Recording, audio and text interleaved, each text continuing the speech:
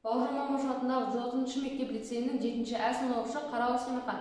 Менің тақырыбым QR-код 2 өлшемді штрих-код жобасы. Менің тақырыбымның өзектілігі қазіргі кезде QR-код әлемнің бір бөлігі болғандықтан біз оны қолдана білуіміз қажет. Менің басты мақсатым QR-кодты зерттеу. Жалпы QR-код дегеніміз не? Көбірек ағылшын тілінде аударған кезде шығу жауап беретін 2 өлшемді штрих-код жобасы. Оны пайдалану үшін камерасы бар телефонды алып, QR-кодқа арналған бағдарламаны іске қосып, QR-кодты сканерлесеңіз өзіңізге керек деректерді ала аласыздар.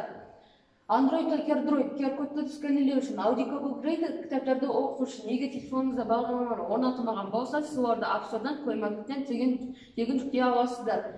Қызық жағдай екен, Қытайда Хэфэй қаласында қарт адамдарға жоғалған қарт адамдарға үйлеріне оралуына көмектесу үшін өтіп бара жатқан адамдарға көмектесу үшін QR-кодтар берілді. Мен өз үй ауламда әлеуметтік сауалнамамды жүргіздім. Мен адамдарға 2 сұрағымды қойдым. Бірінші сұрағым QR-кодты не екенін білесіз бе?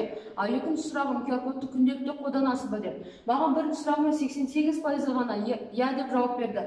Ал екінші сұрағыма 87% ғана я деп жауап берді. Оның өзі 80% төлем жасағанда 7% кітап оқығанда, қазіргі кезде індетке байланысты 88% ашық болып тұр.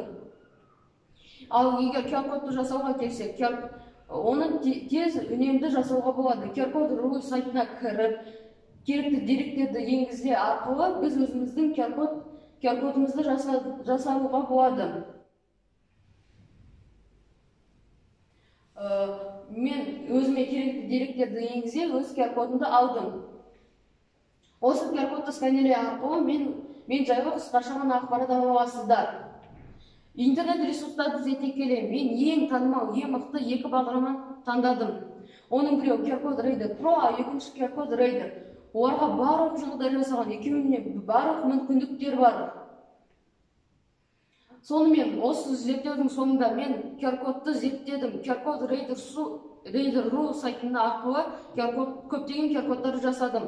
Тәжірибе ретінде мен өз әжеме QR-кодты жасадым. QR-код картасын жасап бердім. Менің ұсынысым бар.